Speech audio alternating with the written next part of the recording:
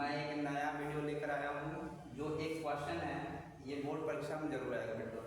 एक 7 नंबर का क्वेश्चन है और इसको किस प्रकार से करना है हम आपको छोटे से टाइम में आपको सिखा रहे हैं। तो इसको किस प्रकार से आपको करना है, सबसे पहले जो टॉपिक दिया जाए उसको एक बार पढ़ लीजिएगा। इसमें दिया गया है यदि बिंदु एक ब्रैकेट में दिया k+1, 2k, फिर दूसरे ब्रैकेट में दिया है k, 2k+3 और अदर ब्रैकेट्स में दिया है 5k - 1, 5k और संरेख है। ये कह दिया है संरेख है का मान ज्ञात कीजिए। जब भी संरेख कहा जाए तो आप लोग संरेख का मतलब समझ रहे हैं, आप लोग पढ़े होंगे कक्षा 9वीं 10वीं में कि 2 या 2 से अधिक बिंदु जब एक ही रेखा में होती है तो वो बिंदु क्या कहलाती है, संरेख बिंदु कहलाती है। तो इसको हम किस प्रकार से सॉल्व करेंगे बेटा, सबसे पहले लिखेंगे हल में लिखेंगे कि बिंदु में दिया गया है, मान लीजिए ए बिंदु दिया गया है तो k+1, 2k। दूसरा बिंदु क्या दिया गया बेटा, दूसरा बिंदु दिया गया हमारे पास 3k, 2k+3। अगर बिंदु दिया गया सी पॉइंट वाला वो क्या दिया 5k - 1, 5k। इस तरह से क्वेश्चन दिया गया है, इसको आप ऐसे लिख लेंगे। मान लीजिए 3 पॉइंट मतलब एक ही रेखा में तीनों बिंदु होना चाहिए तभी ना संरेख होगा। मान लीजिए ए पॉइंट, ये मान लीजिए बी पॉइंट, ये मान लीजिए सी पॉइंट, ये होता क्या हो जाएगा संरेख। तो इस पॉइंट का बिंदु यहाँ पर दिया गया, बी पॉइंट का बिंदु यहाँ पर दिया गया, सी पॉइंट का बिंदु यहाँ पे दिया गया है। तो इस प्रकार से अगर कोई क्वेश्चन आएगा तो त्रिभुज का फॉर्मूला लगाएंगे, क्योंकि हमारे पास ए बी सी तीन फॉर्मूला है, मतलब तीनों का फॉर्मूला लगाएंगे त्रिभुज के सूत्र का। त्रिभुज का क्षेत्रफल ये तो सभी लोग पढ़े हैं। त्रिभुज का क्षेत्रफल, त्रिभुज का क्षेत्रफल क्या पढ़े, 1/2 बड़े ब्रैकेट में x1 फिर y2 - y3 फिर उसके बाद प्लस x2 y3 - y1 फिर प्लस ब्रैकेट क्लोज के बाद x3 अदर ब्रैकेट में y1 - y2 छोटा ब्रैकेट के बाद ऐसे पढ़ेंगे। अब बेटा जब संरेख है तो संरेख के लिए अब ये तो त्रिभुज तो बना नहीं रहा, त्रिभुज नहीं बनाया तो ये त्रिभुज का क्षेत्रफल कैसा हो जाएगा, 0 हो जाएगा ना बिल्कुल। यस सर बराबर। ऐसे कर लेंगे 1/2।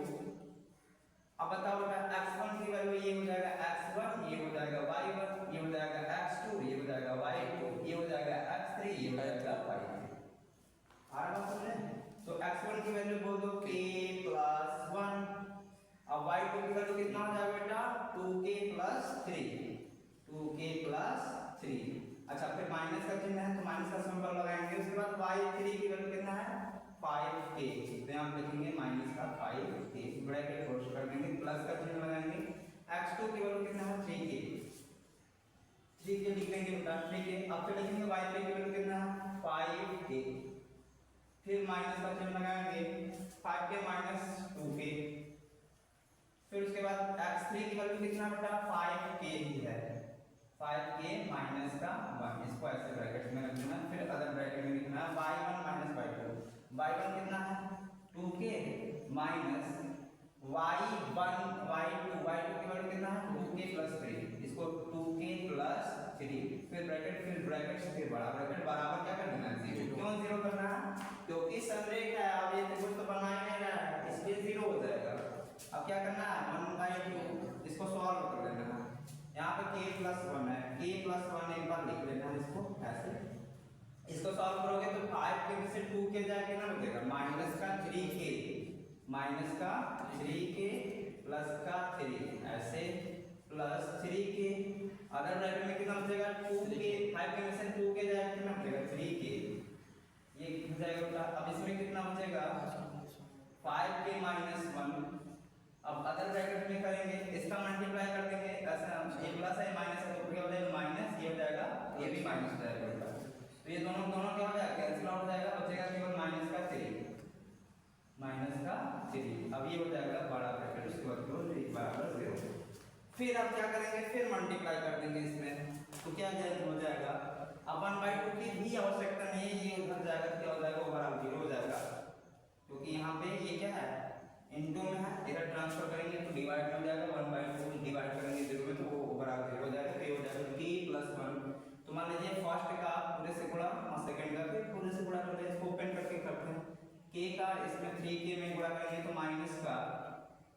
माइनस का 3k²। अब ये k का इसमें गुणा कर देंगे प्लस का 3k। अब ये 1 है प्लस का, ये माइनस का, तो माइनस का 3k हो जाएगा। अब इसका गुणा कर देंगे इसमें तो 3 हो जाएगा बेटा। अच्छा, इसमें मल्टीप्लाई करेंगे 3 3 जा 9k² हो जाएगा। और इस वाले में जब इसमें भी वैसे ही क्या है, इसका मल्टीप्लाई इस वाले में कर देंगे तो क्या हो जाएगा 5 के यहाँ 15, तो प्लस और माइनस गुणा करेंगे तो ये माइनस हो जाएगा। इसको माइनस का 15k और ये माइनस गुणा करेंगे तो प्लस का 3 हो जाएगा, मेरा बराबर आ जाएगा 0। अब देखो बेटा, जो पावर समान है उसको एक साथ लिख के घटा देना। 9k² में से 3k² घटेगा कितना बचेगा 6k²। 6k² और 3k से 3k पहले कट ही जाएगा, बचेगा माइनस का 15k। अच्छा, ये 3 और ये 3 मिलकर कितना हो जाएगा 6, बराबर कितना हो जाएगा 0।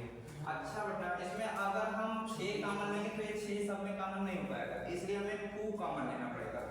जैसे ही 2 कॉमन ले या 3 कॉमन लो, 3 कॉमन लोगे कितना हो जाएगा 3 2 जा 6k², 3 5 जा 15k और 3 2 जा 6। अब ये हो जाएगा 0। अब यहाँ पे मल्टीप्लाई इधर जाएगा, ट्रांसफर होगा तो 0 हो जाएगा। ये हो जाएगा 2k² माइनस 5k और ये हो जाएगा प्लस का 2 बराबर कितना हो जाएगा 0। अब देखो बेटा, 2 गुना के 4, 4 एक कम 4, 4 में 1 जाएगा तो 4 में 1 जोड़ेंगे तो कितना हो जाएगा 5। अब इसका हम क्या करेंगे, फैक्टर निकालेंगे, गुणनखंड निकालेंगे। अब निकालेंगे गुणनखंड, यहाँ लिख देंगे गुणनखंड। तो गुणनखंड मोस्ट इंपॉर्टेंट बेटा, गुणनखंड निकालो। कैसे निकालेंगे, 2k² का लिख देते हैं एक बार, 2k² माइनस 5k प्लस का 2 बराबर 0। अब इसको लिख सकते हैं 2k² माइनस 4k फिर माइनस का k प्लस का 2 बराबर कितना हो जाएगा 0। अच्छा, 2k जैसे ही कॉमन लोगे मजा आ जाएगा, k माइनस का 2 गुना के 4 2 बच जाएगा। यहाँ पे कोई वैल्यू जब नहीं कॉमन होता तो -1 कॉमन ले लो, k माइनस का 2 हो जाएगा, देखो बराबर हो गया। अब क्या हो जाएगा, ये दोनों मिल रहा है, इसको लिख लो k माइनस का 2 और बराबर क्या लिखेंगे 0। और ये 2k माइनस 1 तो ये 2k माइनस 1 इसके बराबर 0 कर लो, ये माइनस बन जाएगा क्या हो जाएगा प्लस, तो k बराबर 2 आ जाएगा, इसका क्या आ जाएगा k बराबर हाफ आ जाएगा। ये आंसर होगा